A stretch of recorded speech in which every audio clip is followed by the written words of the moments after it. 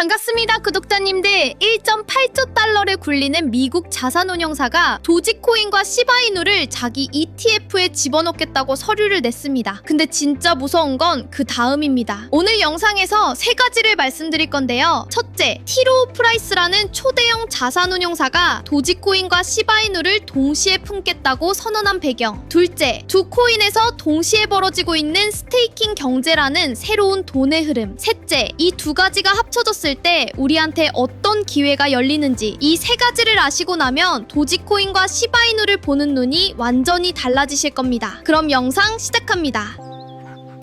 민코인으로 내 집 마련?